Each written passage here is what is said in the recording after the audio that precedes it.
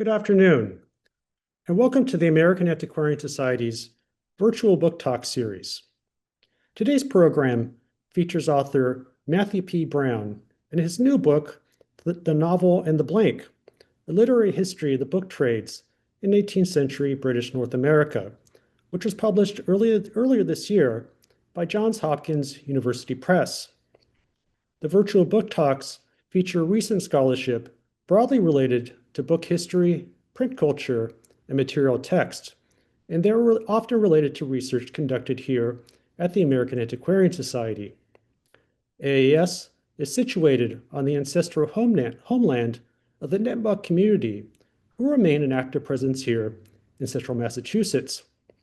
We were founded in 1812 by the printer Isaiah Thomas, and our goal is to cultivate a deeper understanding of the American past, grounded in the primary sources that we have been collecting for over 200 years. The library's collection is vast and spans nearly 4 centuries. It includes materials such as Revolutionary War pamphlets, Caribbean newspapers, daguerreotypes, lithographs, and other examples of the graphic arts, and much, much more.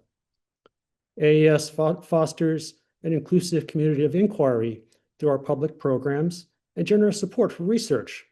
We welcome researchers from around the world and around the country to use the collections, both physical and digitally, to help them with their projects. And to learn more about us, please visit our website at americanantiquarian.org. My name is John Garcia, the Society's Director of Scholarly Programs and Partnerships, and I'm joined behind the scenes by my colleague, Lauren Havilis. Throughout today's program, Lauren will post useful information into the chat, including information on how you can purchase a copy of Matt Brown's book with a discount code from the publisher. We thank you for joining us today, and as a nonprofit organization, we greatly appreciate any support that you can give us to help with our mission. As a reminder to all, today's program is being recorded, and it will be available soon on the Society's YouTube channel. And I'd like to now take a moment to introduce our speaker, Matt Brown. Matt Brown is Associate Professor of English, and he's based at the Center for the Book at the University of Iowa.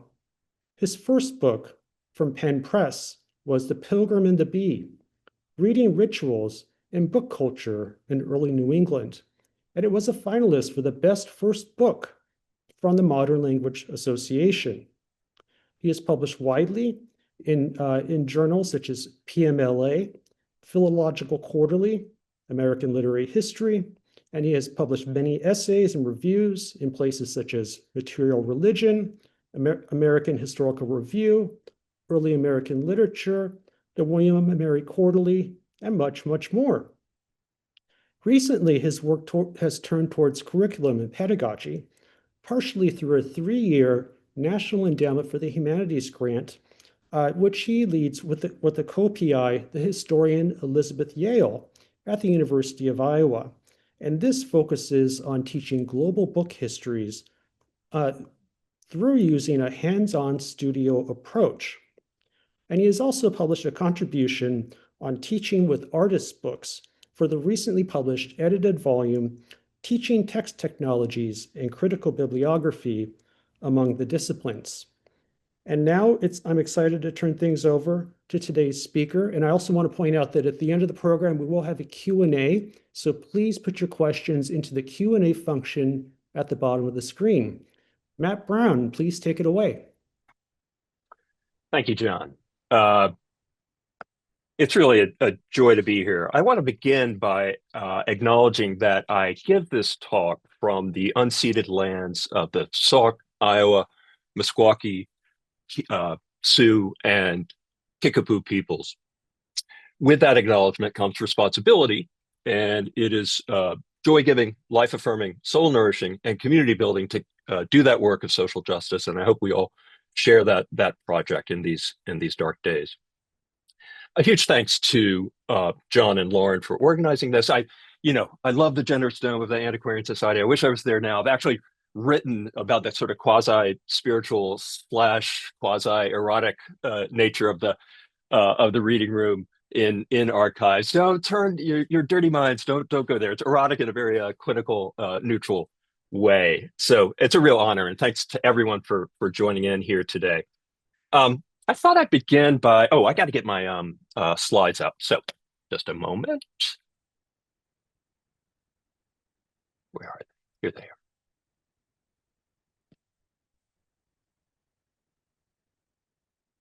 Okay, and off we go. I thought I'd begin by doing a little behind the scenes slash director's cut slash blooper reel. This is the sort of book that was in process that was my, I don't know, it's fantasy. It's what I imagined the original conception of the book, including this cover art. So this is the artist Mel Andringa. He does what he calls puzzle montages, and Mel's got this wild mind. He can go into a thrift store, shop for jigsaw puzzles, and pull out the four corners and sort of realize from those four corners what the die cut is that's used for various images. So it's the same cut across different images. He'll buy two puzzles that have that identical die cut, and then he'll do these what he calls montages. And this is an image of a painting of Washington sort of in profile on a horse from the early 1800s, intercut with the Spirit of 76. It may come clearer here if you see on the right a close-up. So I don't know. It was inspiring for me to think about the constraints of the print shop and the constraints of jigsaw puzzle, and this was my hoped for image on the cover. This is what Hopkins came up with, and beyond happy with this. Secondly, I originally imagined the book as this sort of two-handled, bifurcated, sort of big picture, sort of yin-yang of half of the book based around Ben Franklin's early career as a printer, and then the second half of the book organized around Robert Bell's career as a sort of literary marketer. So two different visions of what publishing meant or what print shop practices meant. And it would just be this ungainly sort of, collage of different pieces bouncing off each other. Well, the press, as with the image that I offered, that press wasn't crazy about this. This is what happened, a classic 5-chapter monograph. And the moral of the story is simply, the professionals at the press know what they're doing, and anybody in process of doing a book, listen to those folks. I feel very fortunate to have it published, and they've done great work with the editing process.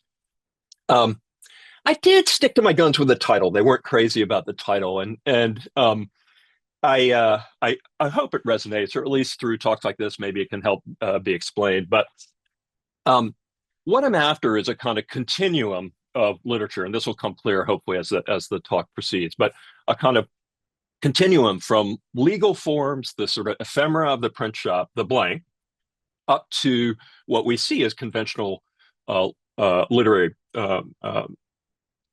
constructs, a novel, right? And that along this kind of continuum, there's what I'm calling a canon, or the kind of archive I create as a kind of canon of steady selling, regular, everyday literature. So that's the hoped for purchase of the title. This is what it looks like in practice. Back to the table of contents. So just a little bit of unpacking here of what the meat, the content of the book is like. So chapter 1 is about Franklin's early career, sheet printing blank forms. Chapter 2 is about evangelicalism and the publication culture, if you will, around Thomas Prince's The Christian History, Samuel Keimer's memoir, and the publicity around George Whitefield. Chapter 3 then shifts to Robert Bell, a couple generations later, his marketing techniques and so forth. Then a deep dive into 2 sentimental novels, and my provocation there is simply that, maybe it behooves us to see those British imprints as actually early American novels. And Mary and Rust and others have sort of pursued this. I'm not saying this is original, but I'm trying to yoke it into my larger thesis. And finally, a short chapter looking at what I call the poetics of the chapbook, and then a kind of close reading, a deep dive as well into a popular, extensively circulated chapbook of the period that's gone undervalued, I think, in the scholarship. So, three points of emphasis in today's talk. I'll tell you what they are. I'll then illustrate them with examples, and I'll come back to them at the end, and hopefully that will communicate at least some of the ideas that are being transmitted in the book. First, and I'm framing this stuff polemically just to hopefully engage you and make the stakes clear, even though these claims deserve nuance, and hopefully I do that in the book itself. But first, I'm kind of revisiting the public sphere model that paradigm, and arguing against what, for me, it feels like sort of a bloodless abstraction. So one way to vivify it is to think about the actors in the trades as makers of meaning. Look at their habits, their practices, what they're doing in the shop, and so forth, as a way to sort of, again, enliven this abstraction.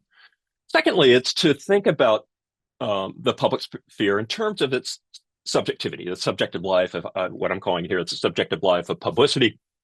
And what that means, and this is the third bullet point, is just to begin to think of the rhetorical qualities of address, attention, uptake, controversy, citation, circulation, mood, temper. Now, some of you nerds like me probably see a real overlap here between Michael Warner's early work and his later work, and I just sign on to that. I mean, and what I'm trying to do is bring a book like Publics and Counterpublics, if you know that later work of Michael's, and sort of join it with the theory of Letters of the Republic. So it's, that's sort of the ecstasy of influence. I think these are great ideas to work with, and it behooves us to think about that. So I'm joining, the subjectivity model that you get in later work of Michael's with the earlier model. One way to think about the project. Secondly, I'm trying to forward what I call an ordinary canon. And like my first book, I'm arguing that this is a kind of reader-based literary history, that it's derived from paying attention to the records in the trades, rather than what modern scholars might bring, looking for epic poetry or looking for Pamela and its republication or whatever. So rather than defaulting to what we see as the literary, it's rather looking at just what's selling and what's circulating. And this too, if you know my first book, I mean, maybe a piece that continues from the first book is I'm interested in steady sellers and in what I call steadiness and not novelty. Blank forms, almanacs, newspapers, godly periodicals, joke books, secretary manuals, militia directions, fable anthologies, miscellanies, chapbooks, fictional narratives. So all those create this kind of continuum, the novel and the blank, all of that thrown in together. And then thirdly, I try to make a kind of historiographical contribution. And so this might be the polemic against from two narratives. I try to be fair to the ideas of what historians or cultural historians or literary historians try to do is track both continuity and change. But I stress, I suppose, more the issues of continuity and what I'm calling the sort of durational qualities of these steady sellers. They're no less historical for being steady, for being reprinted and repurposed and reused. It's not like they're just sort of boring. Well, they may be boring, but boring regurgitations of the same. They exist in their historical moment in different ways over the period I cover. So ultimately, I'm arguing for kind of two tempos to track or follow as we look at 18th century British North America along the eastern seaboard.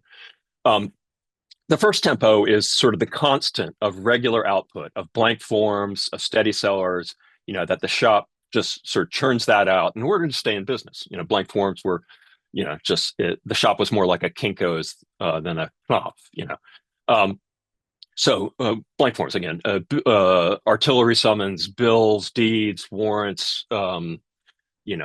indentures, and so forth. And then steady sellers, secretary manuals, and so forth.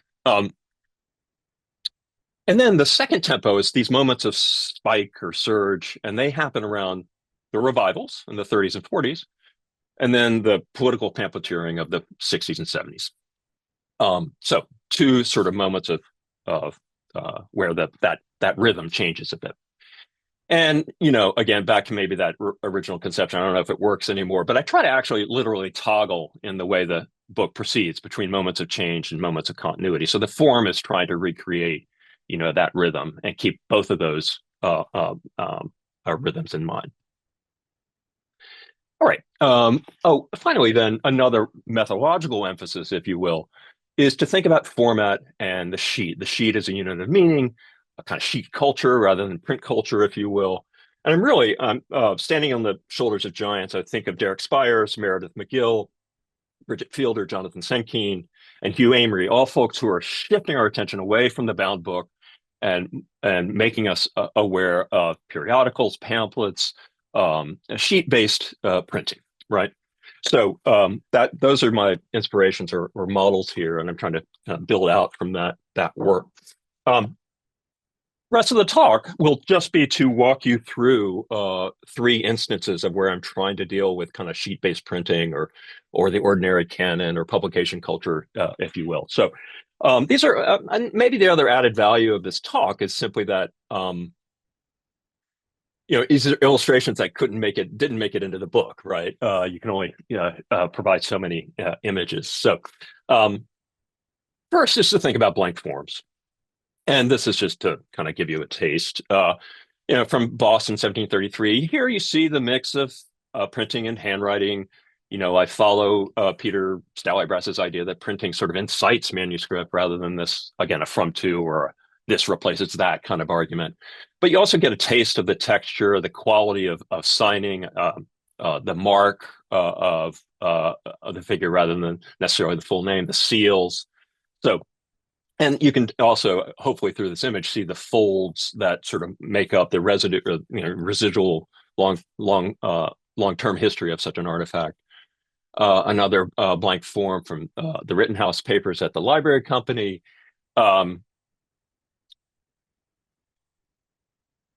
This is the verso of that same bond. And here you see what's called docketing, the sort of the folds that help reference what this bond is about, often then interconnected with an account book, say, or some other reference work. So some would be clever PowerPointing here, but you see the movement there. These are two ways of accounting what's on the other side. So, and you'd see that that after you fold as a way of ready reference, right? An indenture is another kind of blank form. This courtesy of Jim Green. The whole talk is just like, the whole book is like a footnote on Jim's amazing scholarship, and I'm very much indebted to his work. Okay, so what's my point? The blank forms then, I think you see their ephemerality, right? You see their sort of dynamism in the way they're docketed, folded, repurposed. They were always a priority for the printer. As Franklin famously said, the little jobs, famously for us nerds, the little jobs set us back. He's doing this big folio history, helping Keimer produce a history of the Quakers.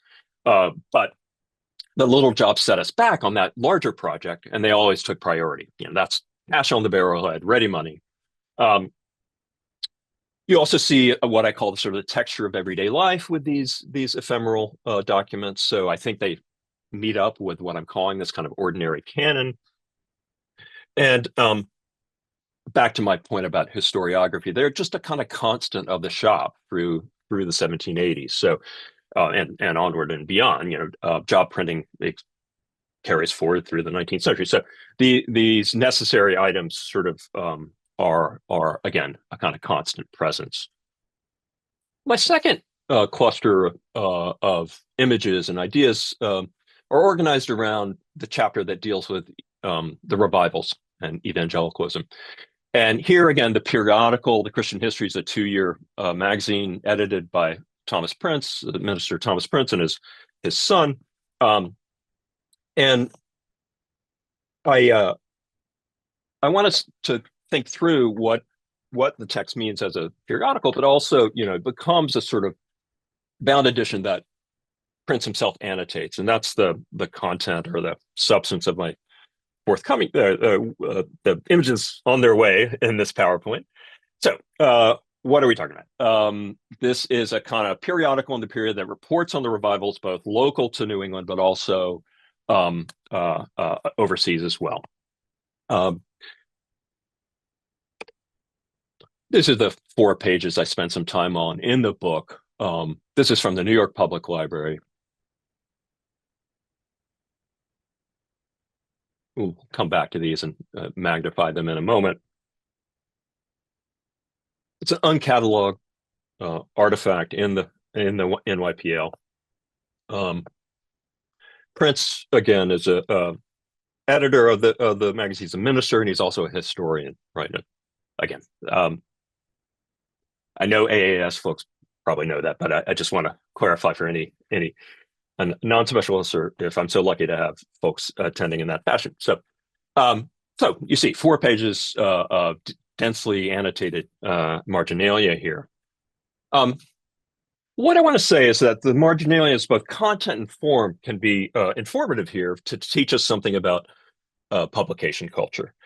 So if earlier we were talking about blank forms as a kind of constant, now we're interested in this moment of historical change and how the revivals sort of build out of disciplinary Protestantism, but also show us something new. Typically, is maybe one way to get our heads around why this feels different. Other marginalia in this copy of Prince's, will just be sort of corrections of the record or private information for him. He mentions a young woman singing, and then the annotation will be Deborah, my daughter, is singing, or he mentions, he has reported in the Christian history in the print version a vote that a synod is taking, and then he writes in the margins, I conducted that vote, and this is how I voted, what have you. So these notes feel different, right? He's expanding on the printed report on these pages. There's a kind of excess to them. And the implication is clearly that as a historian, he's simply giving himself some data for down the line, a future write-up of the revivals. So, this is more information, right? But I think what becomes interesting is how we see variants, if you will, or ways of accounting for the moment that glimpse larger issues going on in the publication culture of the moment. So what do I mean? Well, you see the issues of uptake and novelty. The subject matter of these annotated notes, just to slow down and sort of explain what the content is, it's the role of what are called lay bills that are delivered to a minister at the pulpit. Now, these notes participate in the lay custom of prayer bills or prayer notes. This is Douglas Winiarski has written thoroughly on this. So I'm just sort of referencing him. But I think the pulpit bill is a little bit different than his account of a separate genre, the prayer bills. So these are kind of this genre, prayer bills or prayer notes, are kind of routine petitioning on scraps of paper, and they're written by the devout. But Prince here is observing something novel. He's indicating ways in which revivalist publication culture engendered writing and printing oriented to attention, uptake, and circulation. Back to my point about publication culture is here, not just the public sphere as an abstraction, but rather as a lived experience, right? There seemed to be here, and I'm just translating the marginalia, which maybe his hand may be hard to read at first. Here's what he writes. There seemed to be a new sort of bill which surprised many. So he's recognizing the prayer bill tradition, but he's calling it a new kind of bill, right? He delineates the newness of this sort of bill, and he recounts the experience of surprise, right? So this is how I think we can use these sort of these annotation moments as to provide a window onto what revivalist culture is doing in terms of uptake, outreach, and so forth. Evangelicalism as a kind of outreach phenomenon, right? Secondly, the annotations sort of register for us controversy and anxiety, right? The attendees are examining and reporting the state of their souls rather than requesting assistance. They're giving thanks or seeking consolation. Now, prior bills in the revivals were prayers for the unconverted. Again, those prayer bills. right. But Prince explains in the marginalia, the notes describe the real cases of the awakened people. Here sorry, the real cases here I've just underlined in blue at the base of the marginalia. Um, so they're new in content, right? But they're also new in form. Rather than posted or tacked, the notes are delivered to the pulpit. Some are deliberately nameless, according to Prince. Their circulatory life enjoins controversy. Though some opposers, and I've underlined that in blue here, suggested that the notes were forged. Again, so yet the writing was very various. That's what that red outline passage reads. So you see him sort of trying to deal with opposition, critique, but claiming that they're authentic. So that's what I mean about controversy and some, moderation on his part that actually reveals anxiety, right?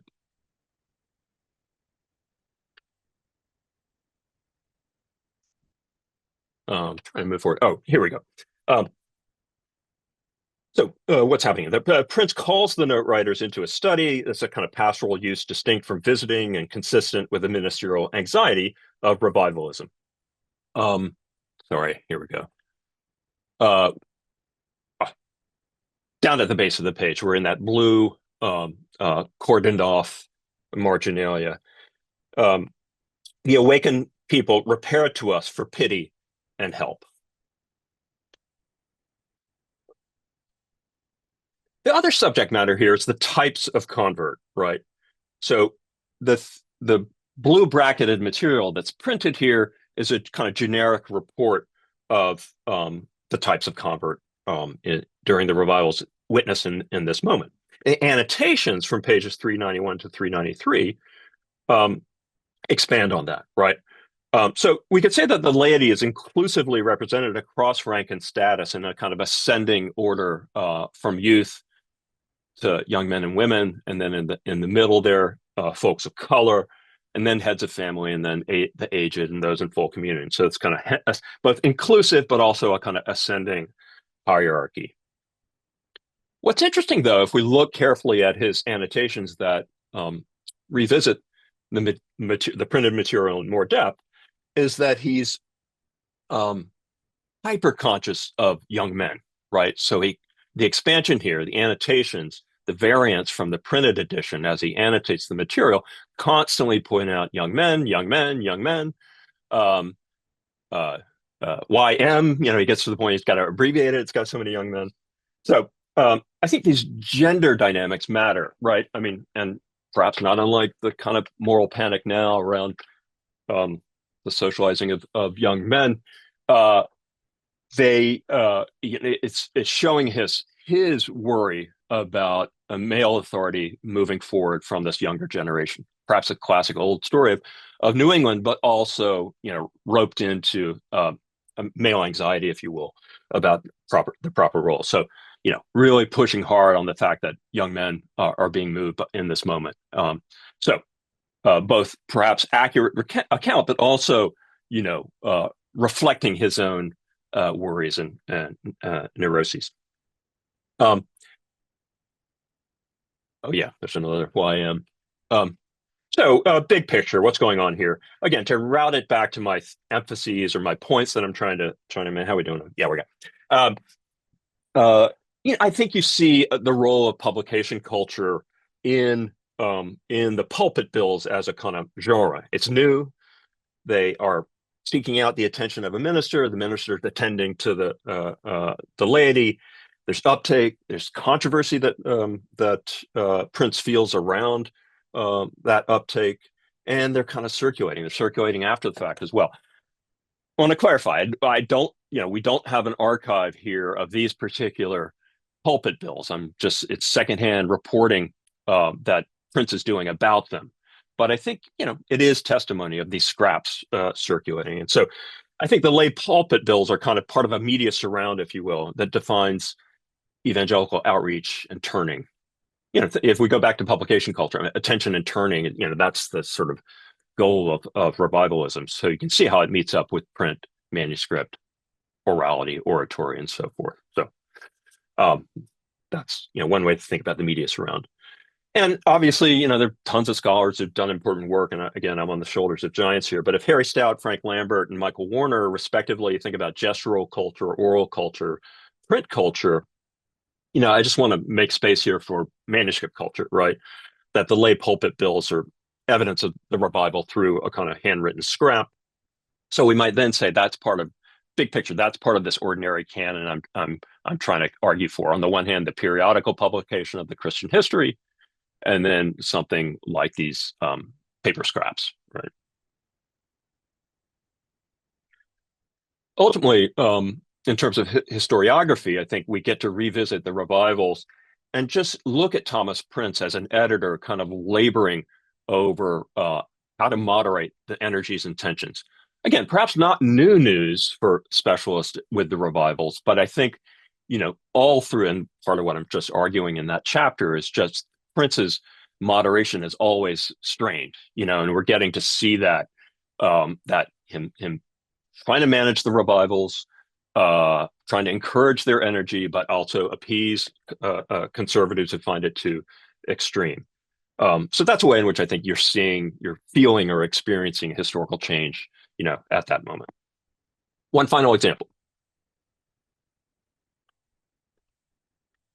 and that's to think back to our larger emphasis on sheets, but now thinking about how actors in the trades actually talked about pamphlets and chapbooks. So I'm going to push back a little bit on some of the reception history of the political pamphleteering of the period, and this again features in the book. What's perhaps helpful about this talk version is I sort of combine, they get spread across two different chapters, and maybe this talk version can help telescope that. So again, perhaps added value. Let me go back. Sorry.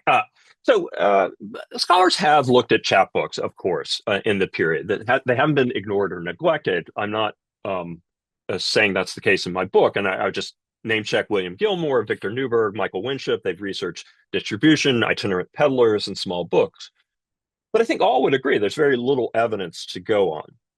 So my suggestion is that if we begin to think about sheets, folds, and the pamphlet format, we might gain vantage on the phenomenon. So as Jim Green notes, the bound-unbound binary in the history of books as a field of study needs rethinking. Pamphlets exist in the limbo between bound and unbound, 1 to 3 sheets, no boards or covers, and stitch sewn. Pamphlets were, as Jim puts it, quote, not usually thought of as bound, but sometimes thought of as books. Not usually thought of as bound, but sometimes thought of as books. Now, for scholars of British America, between the Stamp Act and the Declaration of Independence, it's fair to say that we understand pamphlets as the literature of revolution. That's kind of our default setting, right? So in book circles, Thomas Adams is a point of reference. American Independence, his enumerative bibliography of colonial pamphlets from 1764 to 1776, established a paradigm whereby the material specifics of minimal gatherings and stitch-sewn bindings served a subject matter exclusively concerned with the imperial crisis. Adams takes great care with his listings and conscientiously explains his method. But the lists do founder for me in a few important ways. First, there's no consistency with sheet counts, a key defining point for pamphlets. The economy of conserved paper, the volume of copies per edition, the ease of stabbing and sewing. The fewer the sheets, the more opportunities for making, distributing, circulating, and uptake. Yet, turning at random to American Independence, one finds titles with 7 sheets, with 12 sheets and 90 pages, with 13 sheets and 100 pages, with 11 sheets and 86 pages. Plain Truth, important seller in the moment, at 12 sheets and 84 pages. Second, Adams crucially notes the importance of edition numbers as a measure of influence, but kind of waffles on the consequentiality of this measure. After the 25 editions of Common Sense, the highest ranking set of titles clusters around 5 to 7 editions. Now, this insight deserves attention. I'll come back to it later. Third, Adams consciously omits pamphlets concerning local issues, such as the Paxton Boys controversy or the debates over the American episcopate. And again, there are important digital projects recovering the Paxton Boys at the Library Company are worth your time. So I guess the point here is that subject matter and not the pamphlet format is Adams's logic. as if pamphlet presentation were a self-evident category devoted to politics, quote unquote. I can't tell if you can see me, so I'm just doing air quotes around politics. Uh, Cultural historians take up this approach. For example, Robert Spiller explains that the literature of revolution is a function of 9,000 titles emerging from 200 presses for 2 million people over 20 years, 2,000 of which were on politics, scare quotes, in formats suited to brief controversial treatment.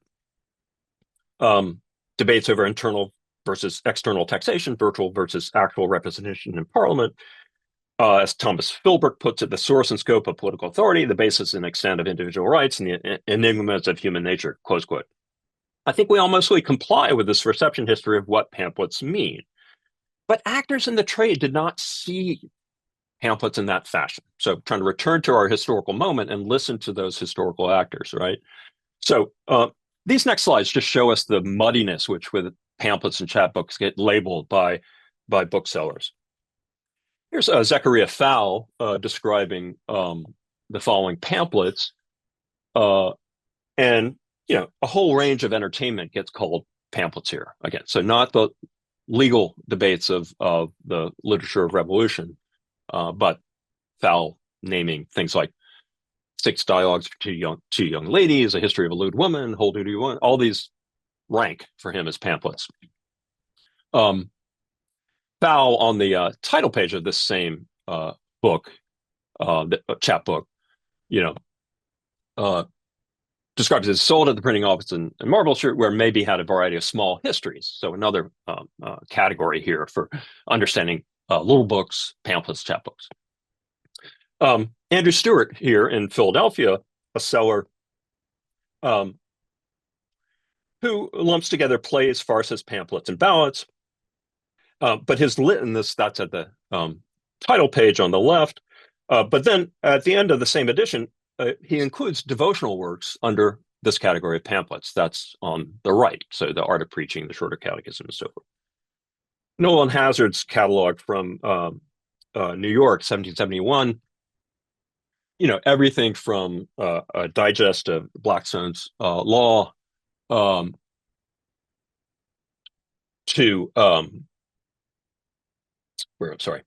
winemaking, to Lawrence Stern. Sorry, just staying on that slide, right? So Stern's Sentimental Journey as a pamphlet. Where's the winemaking? Oh, yeah, Graham's Art of Making Wines. Also from the catalog. Now we've got small histories or Chapman's books or chapbooks, right? But here, the life of Pope, the life of Jonathan Swift, Quarles' Wise Sayings, these get to be called chapbooks. So we're sort of far away from maybe the Dick Whittington folklore definition of a chapbook, right? Garrett Knowles' catalog from 1762, bundles together a bunch of devotional manuals, right? Devotional study sellers with chapbook or Chapman's books, other books. If only there was a book that treated. Okay, if you're curious about those devotional manuals, you can find that in my first book. Okay, and then what if we begin with a different research base or collecting scheme? Michael Zinman's collection of early American imprints at the Library Company of Philadelphia. And this is where I just my love for the Library Company will come through. I hope my love for the Antiquarian Society is coming through. It's just like which kid do you love more? Which of your children do you love? So, but Zinman's collection, I think, is fascinating. Yeah. Adams's system for pamphlet collection skewed away from format and toward content, defining pamphlets in terms of their content. Zinman's was much more open-ended, with an emphasis on ephemera and not subject matter or content. This is on the right, my very sophisticated database working with the Zinman collection at the Library Company. Owners and readers similarly show that the pamphlets were charged with belonging and sentiment, right? With duration and possession. So the following slides will show you just first how chapbooks really, basically come down to us and we're experiencing the moment as pamphlets, right? Or, coverless stitch sewn works. The Life and Undone Son of Perdition is something I treat in great detail. I'll say more about it momentarily. Um, we are wrapping, by the way, but I just wanted you to see how these chapbooks have a kind of effective connection to readers as we look at individual artifacts themselves. So if the booksellers categorize pamphlets in a particular way that charge them with meaning, I think you get a similar kind of dynamic in the users. So we have owner marks, of course, Sally Edgerly. In this chapbook, Two Unfortunate Concubines, Mary Weiser, owner's mark from 1803. Oh yeah, this is the Antiquarian Society. Here we go. Thank you, good people. More from the AAS, right? Andrew Farmer, noting his ownership of On Account of the Triumphant Death of FS, a Converted Prostitute. So I think with these titles, we begin to get the taste too of the kind of subculture of chapbook distribution in early America. Here's an owner's mark that also figures or shows gift giving as another measure of value, right? Given her by her honorable father, March 24th. More reader marks here. You see a 1771 title marked in 1790. So you see sort of the, item that's kept over time, right? 20-year stretch here. And then finally, notice this moment of repair, where a ripped or torn page is actually, carefully sewn back together. On the left, you see that in a little more detail, right? So, marked as property, experienced as gifts, kept over time, and treated with care, right? That's the sort of meanings, if you will, of the pamphlet chapbook culture. So, that's the reverse of that repair. So what's the upshot of these observations? While each mode shares a format, they clearly imply different audiences: learned readers for the literature of the imperial crisis, and lay or ordinary readers for the cheap print narratives. In terms of temporal experience, we see the topicality and controversy of the pamphlet literature of debate as opposed to the longue durée of pamphlet folklore. Finally, and related to this issue of rhythm and temporality, we see the importance of edition numbers, where controverting in the moment contrasts with steady republication over time. Recall that Adams finds the highest ranking number of editions is 6 on average for his political pamphlets, again, quotation mark, around political. John Thompson's The Lost and Undone Son appears in 8 editions across 4 cities from 1760 to 1771, with a total of 18 across 12 cities through 1808. Martin Madden's On Account of the Triumphant Death of SS, a converted prostitute, appears in 6 editions across 6 cities through 1810. The History of Jane Shore features in 7 editions across 5 cities through 1811. So this is just rich territory to explore, it seems to me. We have Tessa Watt, Margaret Spufford over and doing studies in the UK of this kind of chapbook culture. And I want to make a case for how we can begin to see some of that by attending to these items. The one I give a lot of attention to in this book, kind of close reading that takes up the final short chapter, is this Judas chapbook. Again, 18 editions over the lifespan. This is the slide you're looking at here. And the claim is it's as influential as the legal pamphlets in terms of, influence is maybe the wrong word, but it's as good a window onto the Revolutionary era psychology, I would say, as those elite genre, if you will. Or at least these two can exist in parallel, and they're both political, to use that term. You can read more about that. Laura said she was going to give you the discount code, so I'm working hard here. Sorry, and thank you for promoting that. To wrap, then, let's return to my 3 points of emphasis. And now, sort of close reading the subtitle, of my book. So the book trades here then feature printers, sellers, and editors as agents of meaning within a publication culture. By literary history, I'm trying to recover an ordinary canon and the 18th century, that in that sort of vague, non-date specific language, you perhaps hear me trying to stress these sort of durational constants as a sort of historical, graphical contribution. And with that, oh, what happened here? There we go. Thank you all. I appreciate it. And happy to engage in any questions or thoughts you have.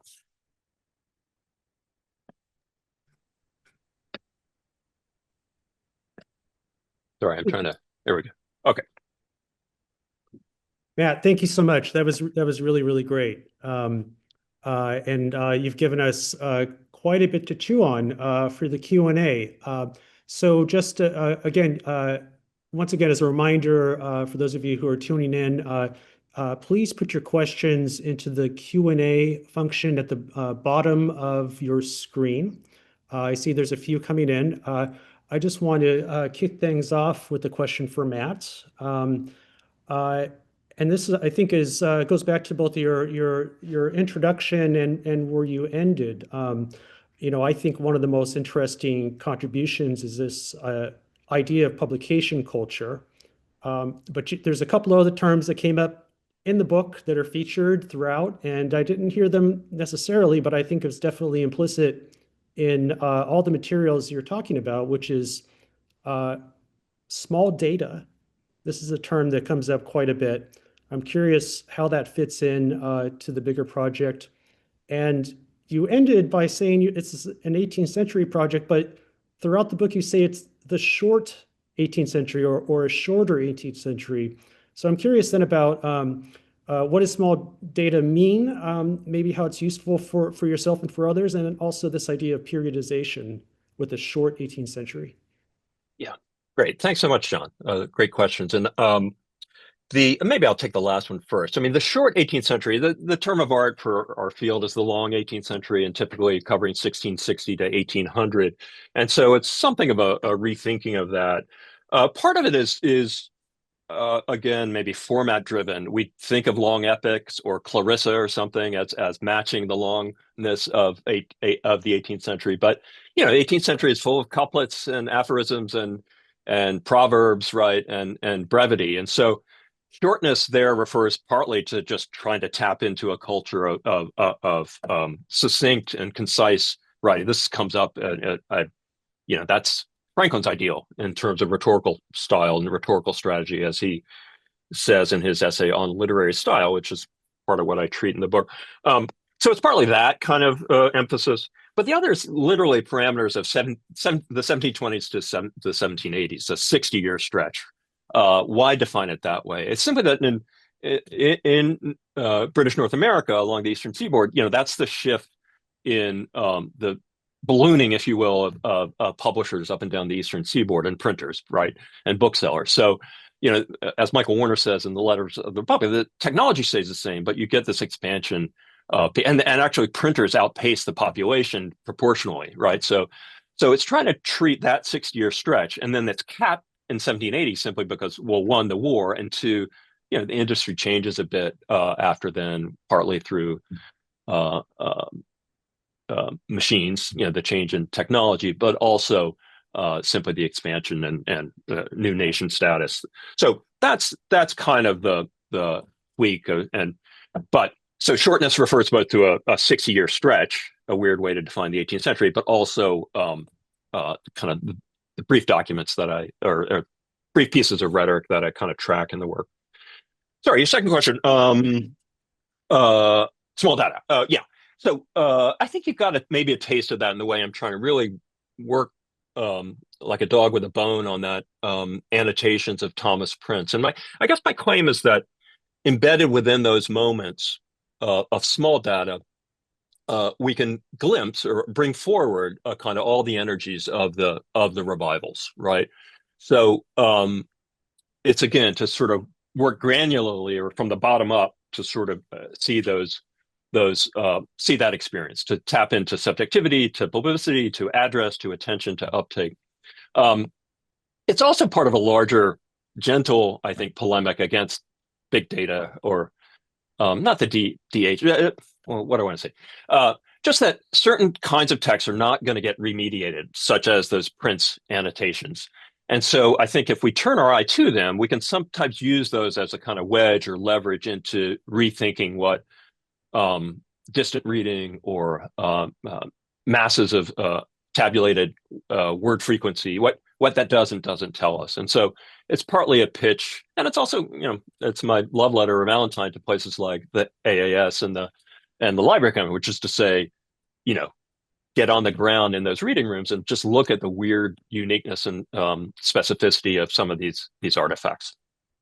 I mean, I also use in the book a kind of analogy with archaeology, that archaeologists work with small sample sizes, and no one like bats an eye about that. Why not treat our literary heritage or documentary heritage in similar ways? Um, and it's also, as you can tell, I sort of do a lot of interpretive close reading of weird little documents, and it's perhaps a kind of implicit. I mean, I'm more avowed about this, I suppose, in the book, but an implicit defense or advocacy for that sort of textual analysis that comes out of English departments. So That's great, and I think we could probably like make a slogan or a T-shirt that says "We're all about small data here." Yes. So the questions are coming in, and from I think some new and old friends. Mark Mattes put in a question a bit earlier in the lecture, and he was asking about your. I guess the question seems to be about what he says the tempos and experience of the print shop and mm, how that is relates to the way you arrange the book. So it's kind of a question, I guess, about on a kind of methodological level. yeah. How did you come about organizing the book? You did talk about that there was an early version that was two parts and then became five parts. So yeah, if you could Yeah. say more about that. Sure. Yeah. Let's see. I had this vision that I could um, compel readers to stay with me by just doing these sort of little 5 to 10 page units, where I would talk about continuity, something like the blank forms that are just something default setting for printers. They always print them. And then look to something like the second printer thesis, it's something that Jim Green advances and a lot of other scholars. But you know, the presence of a printing press in a community doesn't necessarily augur change. We think of the expansion and spread of literacy through printing, but typically a printer just wants to stay in business, and so they'll obey, their local government, right? It's the presence of a second printer that really defines change. That's where you get competition. That's where you get critique of your other printer and the goods that they're putting out. So so I would toggle that way as I drafted it. I would toggle that way between these constants, say secretary manuals as a sort of reprinted steady seller, and they present a kind of orthodox view of social relations, right? So you see the politics of that genre as sort of steadying in a kind of conservative or regressive way. It's like know your place, right? Um, but then I would shift to something like the revivals and hopefully show how those are moments of empowerment for the laity. So the composition of the book came about in that fashion of toggling between continuity and change. And I think just from a user-friendly, it was pretty user-hostile, put it that way. And I think a user-friendly approach is to chunk it out in terms of chapters. What I don't do is back to the tempos question. I'm not sure if I'm getting at Mark's question all that well, but back to the tempo question. I mean, it's not a sort of because it's these 60 years. In a way, it's this kind of synchronic portrait of durable items that stay in print all that time. And I show moments of change, but I'm not saying things are radically different by virtue of what I established in the 1720s chapters and in the final chapter. It's rather a kind of exposure of the mental world of readers in the period over that 60-year stretch. I don't know if that helps. So we have time for more questions. Question from Pat Crane, who makes a really interesting observation. She notices that there are some novelistic qualities in the blank forms. She mentions that she's seen marriage plots and Bildungsroman type stories of self-development, disasters. So if you could say more about that. It sounds like actually the question is, why isn't the book called The Novel in the Blank, right? Oh, wow. Oh, Pat, please write that book. Um, I let's see. I treat some of the affective or felt dimensions of the language or diction in those blank forms. I haven't thought of it in terms of narrativization. But there's a diction of feeling of bondage of connection, and so I think I look at that rhetoric as a kind of regular reminder of the again of the felt dimensions of what we treat as kind of boring ephemera. I don't know about y'all, but I mean, my mortgage haunts me at some level, right? I mean, there is a way in which these quotidian things stick with us, and I think you know, smart people like Lisa Gittleman do argue that, well, there's not really a reading component to such blank forms, but I do think that they sort of hang over us. So uh, I'll have to give that more thought about the novelization of such forms. But I do think I obviously agree with where Pat's going in terms of um, the emotional life of such. So we have time for a few more questions here. A really interesting one just came in, late breaking question from Mary Beth Norton, who has a question about marginalia. And is wondering, this is based on what you're saying about Thomas Prince and the Christian history. And the question is really about, do you see this kind of marginalia more in evangelical writing as opposed to political pamphlets or just other kinds of writing from the 18th century? Is there something in the evangelical print culture that lends itself to this kind of marginalia? Uh, that's a great question, and I haven't tracked in some amassing way, patterns in that regard. And anecdotally, I do see marginalia in these political pamphlets of, even here at UI, which it doesn't have the extensive collections of the Eastern Seaboard archives. You just see like in Paine's Rights of Man, you blackguard, and you get that sort of quality in the legal pamphlets. So I can't say with any certainty whether there are patterns that way. I think Prince, obviously, it's a kind of it's just blank space that helps him take notes for the future when he writes his histories. I would say, sorry, in the book is featured, and also it's a AAS item. There are bound versions of the Christian history, the periodicals issues being placed into a book format, and this is illustrated in the book where marginal space remains, and while it's not used in that example, you can tell that potentially that was intended as a kind of notebook as well, and it's still got its pamphlet cover, right? And it's obviously been rebound, but it's got this kind of pamphlet cover from the time period as well. Sorry, it's a non-answer, and I think yeah, Jordan Taylor and others probably have a stronger sense of how these the annotations work. So. I think so, Matt, I think we're going to roll these last two questions into one because I think they do have a relationship. So, and again, from new and old friends, we have Phil Round asked the question about what do you think of what do you make of the category of the tract? And then Cheryl Thurber asks, what about the class dimension to chapbooks and pamphlets? Yeah, if you want to cover those. Yeah. In terms of, I'll take the last question. Thank you both. Those are great questions, as all of these are. Um, the class I mentioned with the Judas Iscariot chapbook. I'm sorry if I didn't unpack that, but this is the thing that went through 18 editions, this wild story of the prehistory of Judas before betraying the Son of God. He sleeps with his mother, kills his father, but also kills his brother. I mean, so it's like the Oedipus myth, on steroid. So that's kind of folkloric content that I think is trying to reach the kind of in the mental world of the reader is naming a kind of outsider pariah figure, and working through sort of class dynamics of he meets up with a king at one point, and I try to anchor that in the sort of Revolutionary era psychology of on the one hand loyalists, on the other hand rebels, and then the fence sitter, and that Judas represents this kind of figure of of a class-based sort of, and also, obviously those political partisan-based kind of fantasy that's being reached through the storytelling of the chapbook.